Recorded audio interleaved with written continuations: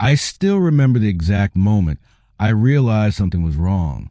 It was October 31st, 2019, at 11:43 p.m., and I was standing in my childhood bedroom, staring at a photograph that shouldn't have existed.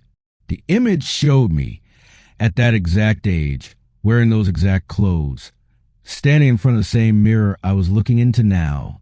But the photograph was dated 1987, 12 years before I was born. Let me back up. I'd driven home to help my mother prepare for the neighborhood Halloween party she hosted every year. The house sat at the end of Mercy Lane, a cul-de-sac in rural Pennsylvania, where autumn arrived like a hell breath, sudden, cold, and sharp with the smell of decaying leaves. I hadn't been back in 3 years, not since my father's funeral, and walking through that front door felt like stepping into a memory that didn't quite fit anymore. The wallpaper was the same floral print, faded now to the color of old bones. The grandfather clock in the hallway still ticked with that uneven rhythm, like a heartbeat struggling to keep pace. My mother seemed smaller than I remembered, thinner. Her hands shook when she poured the coffee, and she kept glancing toward the hallway that led to the basement door, a nervous, repetitive gesture that reminded me of a bird checking for predators. "I'm glad you came," she said, but her voice carried no relief, only resignation. The party was scheduled for 7.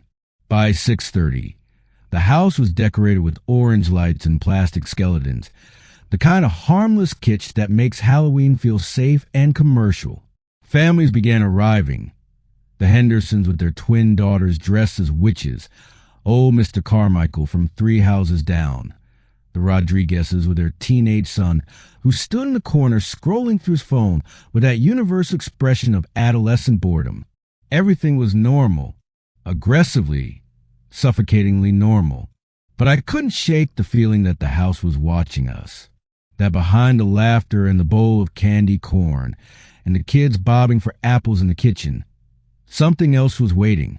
The air felt too thick, too warm despite the October chill seeping through the windows, and there was a smell, faint but persistent, like copper and old paper, emanating from somewhere I couldn't identify. Around 9, my mother asked me to grab more cider from the basement. I'd been avoiding that request all evening, though I couldn't articulate why. The basement door stood at the end of the hallway, painted white but yellow with age, with an old brass knob that always felt colder than it should. As a child, I'd hated going down there, not because of anything specific.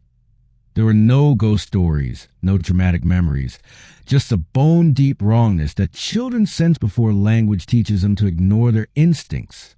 I opened the door. The hinges whispered like dry leaves. The stairs descended into darkness that the overhead bulb couldn't quite penetrate. I flicked the switch, and the light came on with a reluctant buzz, illuminating concrete steps that seemed to stretch farther down than physics should allow. The smell was stronger here, that copper paper scent mixed with something else. Mildew, age, the particular staleness of sealed spaces. I descended slowly, one hand on the railing, my footsteps echoing in a way that suggested the space below was larger than I remembered. At the bottom, I pulled the chain for the second light, and the bulb flickered 3 times before holding steady. The basement was exactly as it had always been. Metal shelves lined with forgotten Christmas decorations, old paint cans, boxes labeled in my father's precise handwriting. The cider was on the shelf nearest the water heater, right where my mother said it would be. But there was something new. In the corner, partially hidden behind a stack of boxes I was certain hadn't been there before, stood an old wardrobe, dark wood, ornately carved, with a tarnished mirror on the door that reflected the basement's light in a way that seemed slightly delayed, as if the reflection was considering whether to show me what was really there. I should have grabbed the cider and left. That's what the rational part of my brain was screaming. But rationality is a thin veneer we wear to pretend we're in control, and it shatters so easily. I approached the wardrobe. The mirror showed my reflection, pale face, dark circles under my eyes in the drive, the same gray sweater I'd worn all day. But the reflection's expression was wrong, not quite matching mine. The mouth turned down a fraction too much. The eyes looking not at me but slightly past me, focusing on something behind my left shoulder. I spun around. Nothing but empty basement, concrete walls, the stairs leading back to safety and light, and the sound of children laughing. When I turned back to the mirror, I was standing closer to it than I remembered moving. And now I could see what was inside the wardrobe, visible through the slight gap where the door hadn't quite closed. Photographs, dozens of them, pinned to the interior were like specimens in a collection. I pulled the door open fully, and the hinges screamed, a sound too loud, too long, too much like an actual human scream. The photographs showed our house. Different eras, judging by the quality and fading. Some black and white, some color, some with that distinctive Polaroid patina. But they all showed the same thing. People standing in various rooms, their backs to camera, facing corners or walls or windows. In each photograph, there was something else, a shadow that didn't match the person's position, a blur where there should have been clarity. And in several of the more recent photos, faces in the background, pressed against windows from the outside, or visible in mirrors, or hovering in doorways, that I recognized my father years before he died, standing in his study, facing the wall, while behind him in the mirror's reflection, something tall and dark bent down to whisper in his ear. My mother in the kitchen, her back rigid, while the shadow on the wall showed not her shape, but something else entirely. Something with too many limbs and a head that twisted at an angle necks don't bend. And me, multiple photographs of me at different ages, always with my back turned. Always with something in the background that shouldn't be there. The photograph that shouldn't have existed was pinned at the center of the collection. It showed me as I was at that exact moment. Same gray sweater, same age, same exhausted expression. Standing in front of the wardrobe mirror, staring at photographs. But the date written on the back, in handwriting I'd know anywhere because it had signed my birthday cards and school permission slips, and the deed to this house was October 31st, 1987. My father's handwriting. 12 years before I was born. I heard it then. A sound from upstairs. Not the party sounds. Those had faded to a distant murmur, as if the basement existed in a pocket of space where normal life couldn't quite reach. No, this was something else. Footsteps in the hallway above. Slow, deliberate footsteps that stopped directly above me, right where the basement door would be. Then the light went out, not gradually, not a flickering warning, just sudden, complete darkness that pressed against my eyes like a physical thing. I fumbled for my phone, pulled it out, turned on the flashlight with shaking hands. The beam cut through the black, illuminating concrete and shadows, and the photographs had changed. In my phone's light, every single image now showed the same thing. Figures with their backs turned, but all of them were looking over their shoulders. All of them were staring directly at the camera with expressions of absolute terror. And in the photograph of me, the one dated 1987, the figure in the background was no longer in the background. It was standing directly behind me, close enough that I should have felt its breath on my neck, close enough that if it reached out, its hands would close around my throat. The footsteps started down the stairs. I've never moved faster.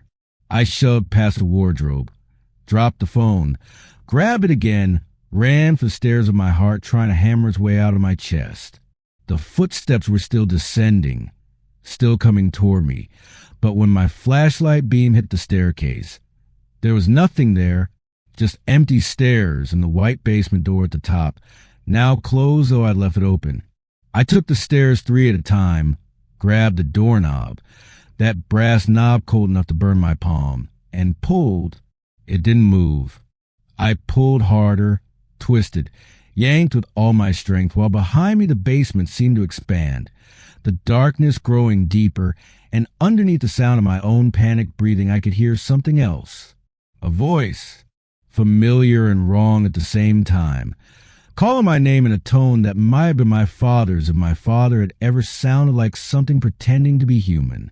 The knob turned. The door opened so suddenly I fell backward, caught myself on the frame, stumbled through into the hallway where the party was still happening, where children were still laughing, where everything was warm and bright and normal.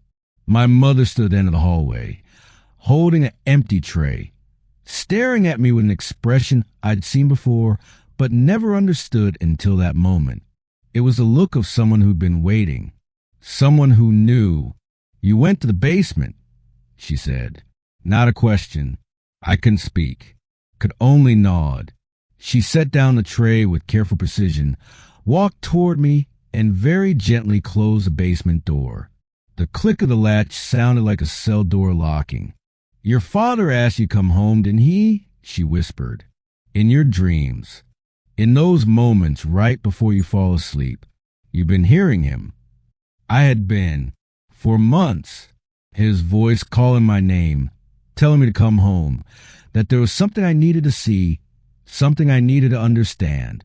I thought it was grief, the normal ache of loss manifesting in the twilight space between consciousness and sleep. "It's not your father," my mother said. "Not anymore. Maybe it never was." She glanced at the basement door, and I saw her hands trembling worse than before, saw the shadows under her eyes that spoke of sleepless nights and fears too large to name. "The house has been here longer than our family. The foundation dates back to 1847, built on ground that the original settlers wouldn't touch. There are stories, local history that doesn't make it into books, about what happened here, about the families that lived and died within these walls, about the tradition." "What tradition?" My voice sounded distant, like it was coming from underwater. She smiled then, but there was no warmth in it, only a terrible, exhausted understanding. "The house takes photographs of its own, has been since the first camera entered these walls in 1887. It shows us what we're going to become, what we're going to feed it." She touched my arm, and her fingers were ice cold. "Your father saw his photograph 30 years before he died, saw himself standing in the study, facing the wall, with that thing behind him. He spent his whole life trying to prevent it, sold the house twice, but we always had to come back. The house wouldn't let us leave. And on October 31st, 2016, I found him in the study exactly as the photograph showed, standing there, back turned, that thing bent down behind him, whispering. The party continued around us. Normal sounds, normal life. But I could feel it now, the attention of the house itself, pressing against my skin like a fever, watching through walls and floors and the very air we breathed. "The photograph you saw tonight," my mother continued, her voice barely audible beneath the music playing in the living room, "the one dated before you were born. That's because the house doesn't experience time the way we do. It knew you'd be here tonight, knew you'd go to the basement, knew you'd see what your father became." She leaned closer, and I could smell her fear, sharp and acrid. "The question now is what you're going to do with that knowledge." I wanted to run, wanted to grab my keys and drive away from Mercy Lane and never look back. But even as the thought formed, I felt the resistance, like invisible threads connecting me to this place, pulling tighter with each passing second. The house had shown me my photograph. The house had called me home. And somewhere in the basement, in that wardrobe full of impossible images, there was a picture of my mother, still living, still here, waiting for her own October 31st, when the photograph would manifest into truth. I stayed at the party until the last guest left, helped my mother clean up the orange streamers and plastic spiders, washed the dishes while she packed away the decorations, both of us moving to the familiar motions while the grandfather clock ticked its uneven rhythm, and the house settled around us with sounds that might have been old wood creaking or might have been something else entirely. At 11:40 p.m., I went back to my childhood bedroom, told myself I'd leave in the morning, told myself I'd find a way to break whatever connection bound our family to this place. But I knew the truth, the same way my father knew, the same way my mother knows. The photograph exists. The moment is already written. And time in this house moves in circles, not lines, showing us our futures and past simultaneously, trapping us in a loop of knowing without the power to change anything. I still visit my mother on Mercy Lane, still help with the Halloween party every year. And every year, I go to the basement, open that wardrobe, and look at the photographs. There are new ones now, different angles of the same inevitable moment, different shadows lurking in different corners. But I never go down there after 11:43 p.m. That's when the footsteps start. That's when the figure in the photograph begins to move. The second story came from a woman named Claire, though she asked me to change her name when she finally agreed to tell me what happened on Halloween night, 2017. I met her at a coffee shop in Portland, Oregon, 3 years after the event. She'd reached out through a Reddit thread about unexplained experiences, her message short and desperate. I need to tell someone who might believe me. I need someone to confirm I'm not insane. She looked younger than her 34 years, but with eyes that had aged decades in a single night. She stirred her coffee obsessively, the spoon making tiny circles that never stopped, even when she was talking. I need you to understand something first, she said, her voice tight with control. I don't believe in ghosts. I don't believe in demons or spirits or any of that supernatural bullshit. I'm a software engineer. My life is code and logic and problems that have solutions. What happened to me doesn't have a solution. It doesn't even have an explanation. It just is.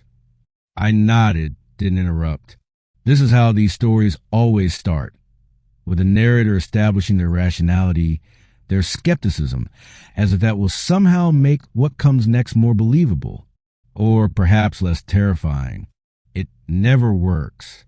October 31st, 2017 was a Tuesday, Claire continued. I was living in a rental apartment in Northwest Portland, 4th floor of a converted warehouse building. Modern, secure, the kind of place where your phone controls the lights and the thermostat. Everything trackable, everything recorded. That's important to remember. Everything was recorded. She pulled out her phone, opened a folder, and showed me a timestamp. Video files, dozens of them, each labeled with dates and times. I had security cameras set up, 4 of them, living room, bedroom,